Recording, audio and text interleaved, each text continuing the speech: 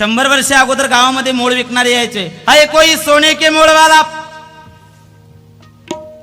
50 वर्ष गेले, मग गावामध्ये मोळवाल्यानं शब्द बदलवला, हाय कोई चांदी के मोळवाला. 20 वर्षांना परत तेही शब्द बदलले, हाय कोई लोहा लोखंडवाला.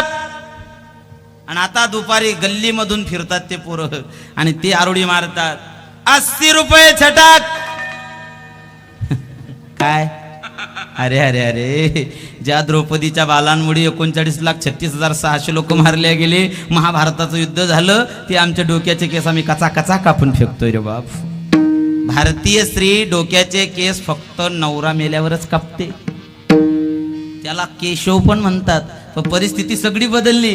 कुंकवावाल्या गेल्या, आता टेकले वाल्या आल्या, बाथरूम मधल्या भिंती सगळ्या सुवासिनी झाल्या. कुंकवावाल्या गेल्या, आता टेकले वाल्या आल्या, बाथरूम मधल्या भिंती सर्व सुवासिनी झाल्या.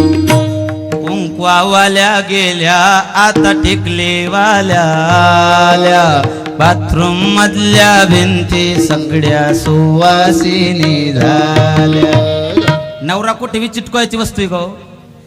खास करून तो बाथरूमच्या भीतीला नाही तर काचालाच सापडतो.